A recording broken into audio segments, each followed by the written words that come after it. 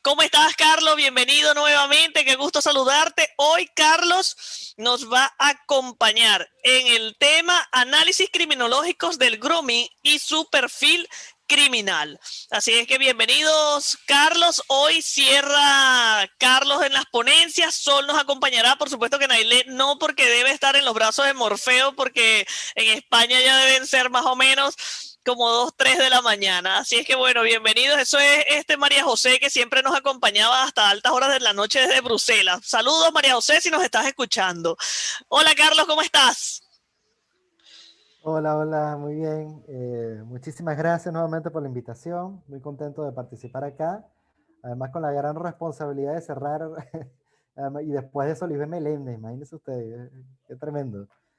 Em, bueno, esta noche, digamos, le traigo una ponencia. Em, ¿Sigue compartiendo Sol, verdad, la pantalla? Aún está compartiendo Sol. Déjame ver si yo la puedo Ah, dejar de bueno. compartir por acá para que puedas tú entrar. Qué pena, ya lo quito, ya lo quito.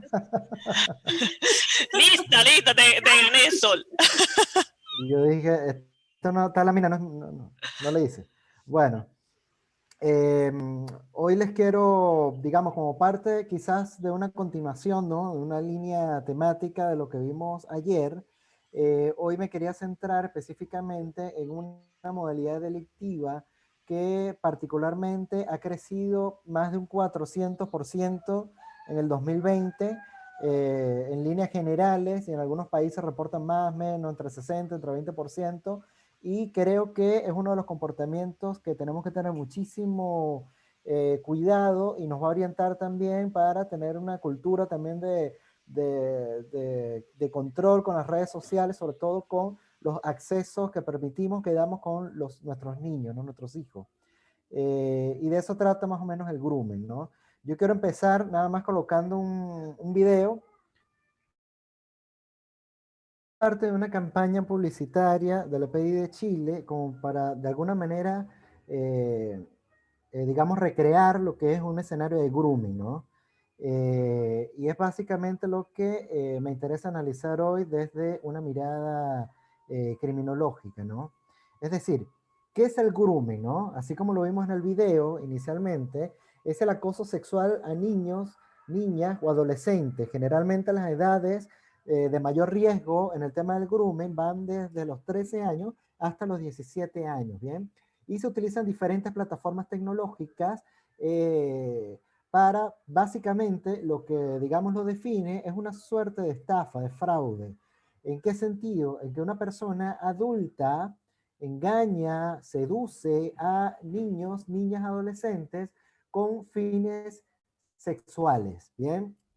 Puede ser con un fin, de alguna manera, para producir lo que se conoce como material de abuso sexual infantil, más sí, o algunos, un grupo específicamente, trata de acceder directamente al niño y tener contacto sexual con el niño, niña o adolescente, ¿bien? El grooming, bueno, es un término acuñado, un anglicismo, por supuesto, que donde básicamente implica, digamos, este comportamiento que está en esa primera fase del abuso, ¿no? Donde trata de ganarse la confianza del menor. Deriva entonces de groom, efectivamente, que es, que es su tercera acepción de definición, significa preparar o entregar a alguien, ¿no? Para un trabajo importante o cargo. Entonces, esto es como el principal elemento definitorio del comportamiento de grooming, ¿no? Y pasa mucho más de lo que las personas están más conscientes, que es lo más grave del escenario, ¿no?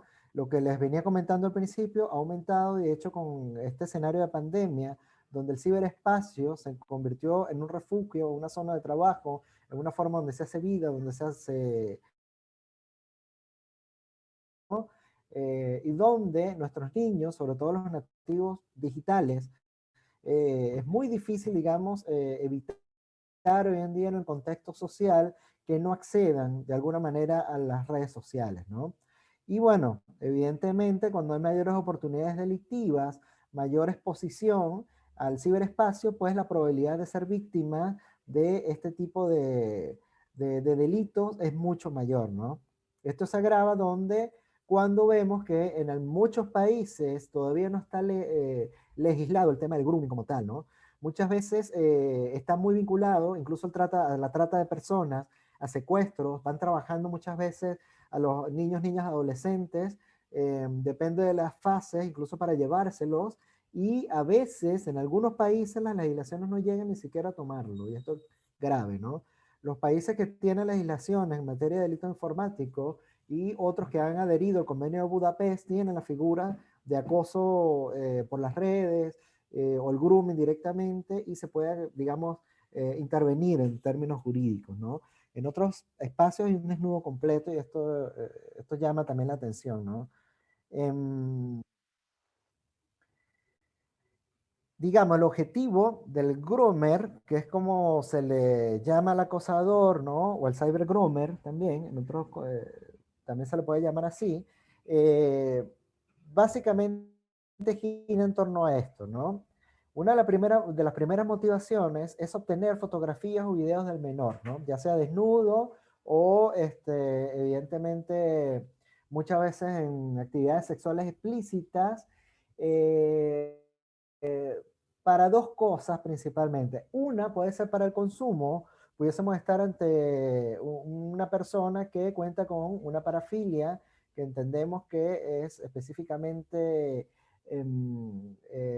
la pedofilia, o también con individuos que están inmersos en el modelo de negocio del crimen, del cibercrimen organizado, y lo que buscan es tratar de monetizar estas fotografías a través de grupos específicos o a través de las personas que demandan este tipo de consumo, sobre todo pedófilos que, digamos, utilizan las redes para de alguna manera acumular material de abuso sexual infantil para sus fines recreativos o sexuales, etcétera, ¿no? Otro objetivo también del groomer puede ser efectivamente para acceder al niño, para tratar efectivamente de realizar actos sexuales explícitos, que esto, bueno, ya tiene un término que le llamamos el pedófilo online, ¿no? Porque su motivación es acceder específicamente, y son insistentes totalmente, y utilizan diferentes técnicas de manipulación. Al principio acuden, digamos, a la confianza o a la inocencia del niño, niña, adolescente, en distintos modos operandi. Ya les voy a explicar algunos grupos cómo lo hacen o cómo acceden. Otro objetivo puede ser tratar de acceder sexualmente en un espacio físico, ¿no? O sea, una cosa es mantener, digamos, incorporar videos o fotografías, y estos van mucho más allá y tratan de encontrarse directamente con los niños, ¿no? Con los menores. Y en determinados casos, el fin último, el depredador sexual, puede ser introducir al menor tanto en la producción de material, pero también hemos detectado algunas organizaciones que tratan de capturar para incorporar, digamos, al negocio de trata de personas. Entonces, no es, digamos, el riesgo no es menor, ¿no? No es menor e implica conversaciones que puede ser en algún instante o en un primer momento pensarse que son absolutamente inocentes, y resulta que se están dando entradas entonces a comportamientos, digamos, mucho más problemáticos, ¿no?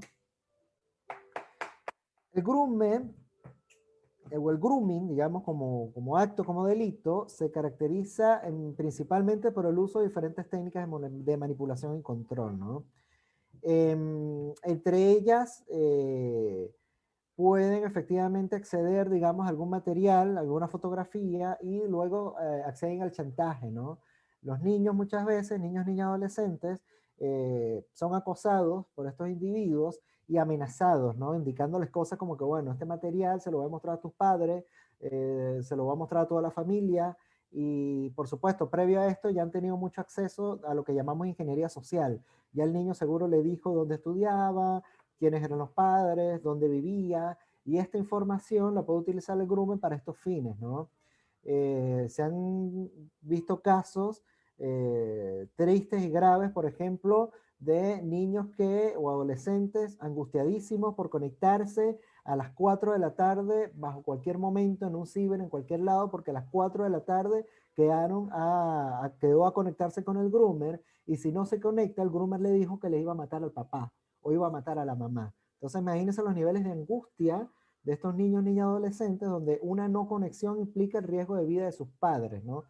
Esto no significa evidentemente que vaya a ocurrir, pero evidentemente desde la postura, desde el lugar del niño, niña, adolescente, víctima del groomer, no tiene forma de saberlo, y para él o ella es una amenaza perfectamente real, ¿no? Se lleva a cabo, por supuesto, por sujetos vulnerables, ¿no? Puede aplicarse en entornos interpersonales, online, y, por supuesto, desde la oficina, en el propio entorno del hogar, o en otros, digamos, entornos sociales donde el menor de alguna manera se vincula, ¿no?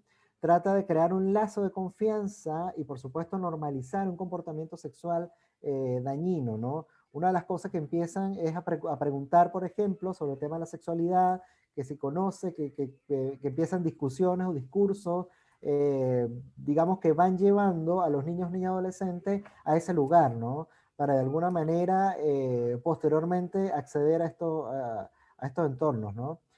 Bueno, ya voy a explicar algunos grupos, porque parte de los grupos del perfil del grooming pasa también por este modus operandi, ¿no? Hay algunos que se hacen pasar por niños o niñas de la misma edad, o hay otros que efectivamente, bueno, no esconden su edad, se aparecen como adultos, pero se muestran como si fuesen tutores o que quieran ayudar, ¿no?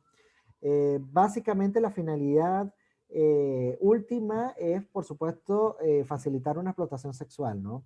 O una exposición, digamos, vulnerable, prohibida del niño, niña, adolescente que cae, digamos, en manos de este tipo de comportamiento, ¿no? Estos son algunas fases que se pueden identificar de este tipo de comportamiento, ¿no? Primero hay una fase de selección de las víctimas, ¿no? En un lugar, por supuesto, virtual, frecuentado por menores, ¿no? Y que sea atractivo para ellos, como chat, redes sociales. El groomer muchas veces se pone un nick o un avatar llamativo o incluso similar al de otros menores, digamos, en la misma edad, para llamar, por supuesto, la atención, ¿no? Si recuerdan en la charla de ayer, yo les comentaba que muchas veces, y que en la Deep Web, por ejemplo, se venden casi que perfiles, videos de cámaras, de laptops que han sido grabados, digamos, teniendo niños simplemente viendo clases, etcétera, porque son utilizados para crear estos perfiles falsos, ¿no? Y estos groomers, entonces, entran en entornos de las redes sociales involucradas, ya sea en Facebook, en Twitter, en Instagram, TikTok también, para de alguna manera empezar a tener contacto, empezar a interactuar y seleccionar a las víctimas más vulnerables, víctimas efectivamente que den acceso, los que puedan manipular de una forma más sencilla para llegar a sus fines, ¿no? Luego viene una fase de acercamiento. Finge ser otro menor, entablan conversaciones y le hace creer que comparten hobbies o intereses comunes, ¿no? Esta es una modalidad. Hay otros que no fingen ser menores, que efectivamente se muestran como mayores, pero en su discurso va una suerte, manipulan también y se hacen pasar como si fuesen una suerte de tutores, de profesores, de guías, de orientadores, que pueden hablar con ellos efectivamente las cosas que no van a hablar con los padres, que se sienten en confianza, que son amigos, que casi familia, y que pueden hablar de cosas como lo sexual, ¿no? Porque siempre lleva, el tema del discurso del groomer siempre lleva a lo sexual, siempre lleva al tema explícito, al autoconocimiento, ¿no? Algunos groomers, por supuesto, tienen la fantasía muchas veces de acceder, digamos, de repente a adolescentes entre 15 y 17 años y tratan de buscar que probablemente ya hayan tenido alguna experiencia de sexualización para satisfacer, digamos, su fantasía de estar con jóvenes, ¿no? Otros acceden, que son más del punto de la pedofilia, acceden a menores de 13 años, dependiendo del acceso que tengan a las redes sociales en líneas generales, ¿bien? El siguiente eslabón de estas fases tiene que ver con una forma de actuar donde le prestan una atención exclusiva, específicamente, ¿no?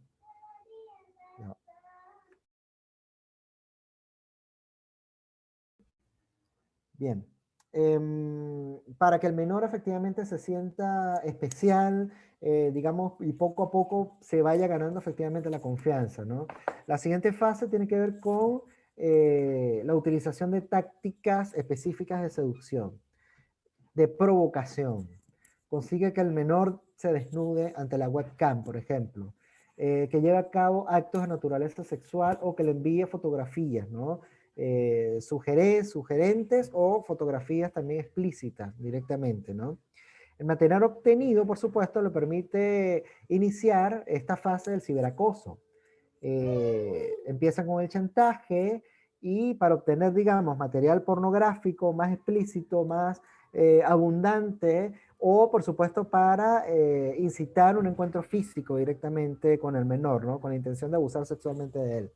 Fíjense que en el video que mostré inicialmente, el groomer se saltó muchas de estas fases, ¿no? O sea, no inició un chantaje directamente, sino que se hizo pasar por un adolescente de la misma edad de la chica y se consiguió, y esto pasa mucho, consiguió entonces que se viera en un espacio físico y le manda un mensaje diciendo, mira, no, te va a recoger mi hermano, yo no puedo ir, o va mi primo, ¿no? Y resulta que es el mismo groomer, ¿no? El primo la accede, la agarra, la toma, la lleva, y pueden haber abusos, en fin, trata de personas, pueden haber situaciones de secuestro, es muy complejo, ¿no?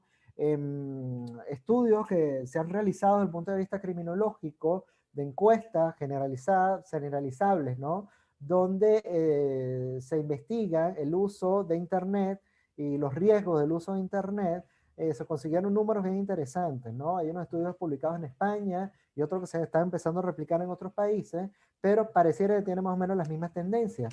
Y un porcentaje importante de niños, niñas, adolescentes manifestaron en estas encuestas de revelación que efectivamente se consiguieron, digamos, con situaciones incómodas en las comunicaciones con las redes sociales, y la gran mayoría no le dijo a los padres ni le dijo a un mayor como tal, ¿no? Se quedó allí. Otro porcentaje importante, cerca del 30%, logró entablar comunicación específicamente con un desconocido, y de ese mismo porcentaje, un porcentaje muy similar, entre el 25%, llegó a acceder a tener contacto o verse en algún lugar con una persona desconocida que conoció en Internet. Por supuesto, esto eleva evidentemente los riesgos importantes de este tipo de comportamientos, ¿bien? Ahora bien, ¿cuál es el perfil del groomer, ¿no? Que quizás es uno de los elementos interesantes que vamos a trabajar acá en esta sesión. En principio hay que aclarar que estos perfiles, digamos, se obtienen de entrevistas o de estudios de ya personas que han sido condenadas o que han tenido un proceso penal por este tipo de delitos, ¿no? Entonces, de alguna manera hay un sesgo de reconocer este tipo de perfiles con estos individuos que han sido de alguna manera o que han transitado por el sistema de justicia. Y también a partir del modus operandi o cómo se ha reportado que utilizan, digamos, sus estrategias para tratar de conseguir sus objetivos, ¿bien? Entonces, en líneas generales, por supuesto que esto es una primera aproximación, no pretende ser absoluto, pero es un primer inicio para comprender, digamos, las motivaciones delictivas.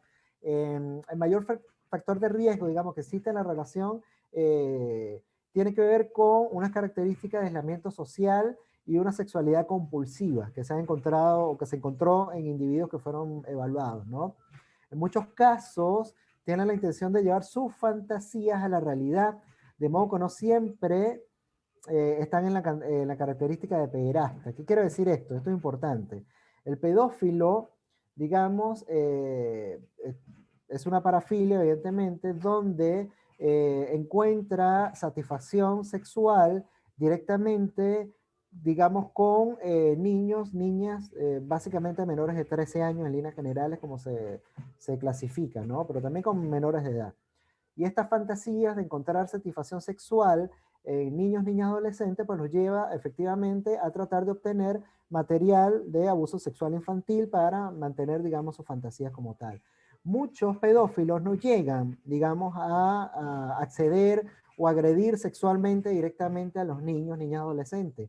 Muchos pedófilos están absolutamente conscientes, digamos, del rol social que tienen y, por supuesto, del rechazo a su propia tendencia, a su propia parafilia, ¿no? Por eso no se atreven, no llegan, porque conocen efectivamente la criminalidad del acto. Sin embargo, otro grupo que tiene un menor control de impulsos, y quizás, o que tiene unas características, digamos, mucho más arriesgadas, son los que efectivamente toman la acción de llegar al paso al acto, efectivamente de acceder a niños, niñas, adolescentes, y a esto se les denomina en líneas generales los pederastas, ¿bien? El cibergrooming tiene más empatía por sus víctimas, y esto es una característica interesante, un hallazgo en estas valoraciones, menos impulsividad, un mayor autocontrol, así como un índice mucho más bajo de desviación sexual, perdón, que los acosadores agresores que actúan en el espacio físico directamente, ¿no? Quizás, por supuesto, estas características, digamos, de tener mayor autocontrol, de quizás tener un nivel de empatía un poco mayor, es lo que los lleva a tener este comportamiento desde el punto de vista de las redes sociales, ¿no? Porque hacen este acercamiento pensando quizás que lo están haciendo desde una distancia segura, algunos tienen estas distorsiones cognitivas donde no necesariamente sienten que están dañando al menor de una forma importante, y el anonimato de las redes sociales, estar, digamos, en el ciberespacio, brinda como una suerte de sensación digamos, de despersonalización, ¿no? Como de no contacto directo, y, digamos, desborda más el mundo de las fantasías, ¿no? Y por supuesto estas características de mayor autocontrol quizás les lleva a tener estas formas de actuar, y no directamente los agresores sexuales que vemos en el espacio físico directamente, donde efectivamente son depredadores sexuales que van directamente a agredir, tienen unos, por supuesto, niveles de autocontrol mucho menores, son mucho más impulsivos en este sentido, ¿no? Actúan bajo un patrón de conductas persistente y de larga duración, porque fíjense que se necesita tener un nivel de persistencia, ¿no? De estos rasgos obsesivos para mantener, digamos, el acto de grooming en todas sus etapas hasta encontrar el material de abuso sexual infantil, ¿no? Estas conversaciones, este gasto de tiempo, digamos, de acceder, de tener información, de contactarse no una, sino dos, tres, cuatro veces, de generar este vínculo con las víctimas, etcétera, hasta concretar efectivamente los objetivos como tal, ¿no? En este sentido, pues evidentemente emplean mucho tiempo en un ritual que repiten una y otra vez, lo cual permite de alguna manera también valorar mucho de sus perfiles, ¿no? Eh, Evalúan la experiencia, ¿no? Mienten, manipulan, utilizan métodos que le permiten, por supuesto, acceder a las víctimas, conocen el entorno, el lenguaje, además, incluso, el lenguaje que utilizan los propios adolescentes, los niños, hacen como un estudio social para mimetizarse de alguna manera en sus propios vínculos, en sus propios espacios, y lograr efectivamente manipularlos como tal, ¿no? Tienen intereses sexuales específicos y definidos, ¿no?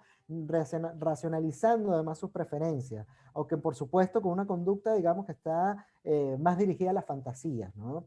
Y por supuesto coleccionan pornografía centrada en sus temas de interés, ¿no? Es decir, lo más que se les consigue en sus colecciones son material de abuso sexual infantil. Es decir, no es que son, digamos, consumidores masivos de pornografía en todos los niveles, sino efectivamente aquellos que les causa interés para satisfacer sobre todo sus fantasías como tal, ¿bien? Podemos clasificarlos también según la razón por la que acceden y se acercan a los adolescentes, ¿no? Sobre todo en este rango de 13 a 15 años, que fue donde se realizó este estudio directamente, ¿no? Entonces, bueno, podemos, digamos, visualizar dos grandes grupos, ¿no? El primero, que está impulsado directamente por las fantasías. Estos tienen, por supuesto, una actividad online que implica tiempo, ¿no? Que implica mucha inversión allí y despliegue también de herramientas desde el punto de vista seductores, ¿no? Utilizan también o se involucran, digamos, en actividades directas en los propios entornos de los adolescentes, niños, próximas víctimas, como el chat desde el punto de vista sexual, el intercambio de imágenes, de videos con menores, exhibicionismo, utilizan la webcam, ¿no? Es habitual que guarden ese material para futuras ocasiones, también lo comparten en muchas ocasiones con grupos, digamos, que de ellos mismos que están vinculados en la Deep Web, o a veces ni siquiera en la Deep Web, sino con grupos cerrados, efectivamente, hasta en redes sociales, y que se camuflan, ¿no? y por supuesto se mueven en torno a lo que son sus fantasías, ¿no? Y es probable que abusen sexualmente, perdón, no es probable en este caso que abusen sexualmente de menores. Este primer grupo básicamente, digamos, acciona desde solamente la fantasía como tal. Y el otro grupo está ya más impulsado efectivamente por el contacto sexual. Es decir, no solamente es este el tema de conseguir material de abuso sexual infantil, sino de acceder directamente al menor, ¿no? En este caso participa en actividades online, efectivamente, para conseguir un encuentro sexual y digamos, llevar a cabo las fantasías ya a un punto de vista mucho más concreto como tal, ¿no? Hay otras clasificaciones que podemos dar que tienen que ver, por ejemplo, eh, con cómo aparecen, cómo se identifican en Internet, ¿no? Hay unos que efectivamente se hacen pasar por niños, niños adolescentes, tratan de manipular evidentemente todas las potencialidades de las víctimas con la interacción para obtener videos, hacen un estudio social importante para conocer muchos de los gustos, muchos de los entornos de sus víctimas y para mimetizarse ahí en ese entorno, ¿no? Y hay otros, efectivamente, bueno, ya lo había mencionado anteriormente, que no mienten sobre su edad ni sus intereses y se hacen pasar como en un amigo, confidente, como suerte de mentores que van a ofrecer ayuda y sobre todo el discurso dirigido al ámbito de la sexualidad. Características, digamos, desde el punto de vista victimológico, ¿no? Porque en este caso, para pensar desde el punto de vista de la psicología criminal y para pensar, hacer un análisis, digamos, desde el punto de vista criminológico, tenemos que valorar, digamos, toda la actuación del caso, ¿no? Es decir, el modus operandi, cómo es que actúan, cómo se manejan en las redes, sus características individuales, pero también las características de las víctimas, ¿no? Porque hay una relación ahí importante entre cuáles son las víctimas que se identifican con mayor frecuencia y cuáles son quizás las características de estos niños y adolescentes que lo hacen quizás más vulnerables que otros, ¿no? El factor de riesgo es el previo envío que importante por parte de la víctima de información personal. Videos y fotografía, por supuesto, desconocidos. Pero esto es fundamental, porque al enviar información personal, están efectivamente brindando una información de ingeniería social para que el groomer pueda armar todo un esquema de chantaje mucho después, ¿no? Información como donde estudia, información como del hogar, de gustos, etcétera, y a veces información de detalles muy importantes, son muy significativos para estas estrategias de seducción por parte del groomer como tal, ¿no? Otro factor de riesgo importantísimo y que hace, que eleva la vulnerabilidad, por supuesto tiene que ver con la suma además de muchos otros complejos factores, además que están presentes en casi todos los adolescentes, en esta edad particular, ¿no? Que son características vinculadas con la inexperiencia sexual, la impulsividad, la inmadurez personal, ¿no? Y por supuesto todo esto influye en la vivencia de la sexualidad, sobre todo cuando estamos con preadolescentes, cuando entramos en el mundo de la adolescencia, ¿no? Es decir, las propias características personales, individuales, inmadurez de los adolescentes, de todos, los hacen perfectamente vulnerables, ¿no? Por eso la importancia efectivamente de tener una cultura de control y de seguridad y efectivamente de conocimiento de todos estos escenarios para que efectivamente, digamos, podamos intervenir de forma adecuada, ¿no? Es decir, fíjense que es en términos generales, si no, no vamos a decir, no, bueno, hay unas víctimas que son más riesgosas que, es decir, con compartir información personal que tiene que ver con el desconocimiento, evidentemente, de este flagelo, de alguna forma, y con sus características personales de adolescencia, ya son vulnerables, ¿no? Las personas o las víctimas de este tipo de flagelo como tal, ¿no? Tienen varias características, ¿no? Primero, un retraimiento social, que se observan los cambios de manera de reaccionar, ¿no? Hay falta de defensa, digamos, falta de defensa o una exagerada reacción, ¿no? Ante supuestas bromas o acciones públicas, evidentemente ya digamos hay un daño aquí en las víctimas como tal, ¿no? Como ya nos dice la profesora Solisbeth de muchos de sus disertaciones, un niño adolescente, cualquier persona que ha sido víctima de abuso, de agresiones, evidentemente cambia, ¿no? Es decir, no llega a ser la misma, ¿no? Pero, por supuesto, el entorno de contención es muy importante de intervención. Hay una reserva excesiva para comunicarse con los otros. Ojo que esto también son indicadores de riesgo para, digamos, empezar a valorar qué es lo que está sucediendo también con nuestros niños y adolescentes, ¿no? Si de repente vemos un adolescente que está siendo retraído, que le falta comunicarse, ¿no? Que tiene explosiones de ira de repente, que tiene algunas alteraciones o cambios de humor, de tristeza, apatía, desmotivación, que no lo tenía antes, y cualquier cambio conductual, comportamental importante en los niños, niños, adolescentes, es una señal de alarma para empezar a investigar como padres, como adultos, como responsables, a ver qué es lo que está pasando en el entorno, qué es lo que está pasando en el mundo subjetivo de este niño ni adolescente, porque pudiésemos estar efectivamente ante una víctima de groomer, ¿no? Y ante las chantajes, los amenazas, muchos niños, niñas, adolescentes no cuentan con las herramientas personales para efectivamente denunciar, hablar o decir de forma adecuada. Muchas veces nosotros también como padres no brindamos unas herramientas de apertura, de confianza también para efectivamente estar atentos a todo lo que sucede, ¿no? Cuando hay actitudes como preocuparse por ocultar el teléfono, ¿no? O el uso de la computadora, de los móviles, dispositivos en ciertas horas, ¿no? Que no vean lo que están haciendo. Pueden presentar algún tipo de miedo de repente para salir de casa, ¿no? Síntomas psicosomáticos, dolores de cabeza, náuseas, mareo, ataques de ansiedad, ¿no? Lesiones físicas sin ningún tipo de justificación, diarrea frecuente, no sé, cualquier síntoma, digamos, psicosomático que no cuente, digamos, una explicación médica per se y que se esté manifestando con bastante frecuencia, puede ser efectivamente un indicador de una alteración emocional de la que tenemos que estar absolutamente presentes, ¿no? Además, los estudios criminológicos del caso también nos presentan algunos elementos que pudiésemos tomar como factores de protección también para el ciberacoso y que, bueno, nos interesa aplicar mucho, ¿no? Primero, control por parte de los padres sobre las horas de uso del móvil, de tablet o cualquier dispositivo electrónico, ¿no? Pero este control de horas de exposición es muy importante.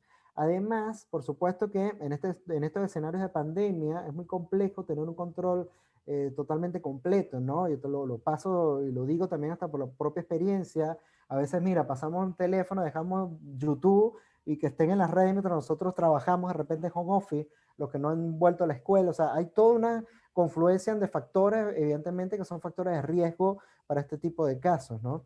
Sin embargo, hay aplicaciones específicas de control parental que podemos instalar en los dispositivos que usan los niños, niñas y adolescentes, donde podemos incluso configurar los tiempos que ellos pueden acceder a ciertas páginas, a ciertas aplicaciones, podemos controlar absolutamente todo esto y además podemos revisar también toda su actividad en el ciberespacio, qué páginas visitaron, dónde se metieron, en qué tiempo, y eso es muy importante.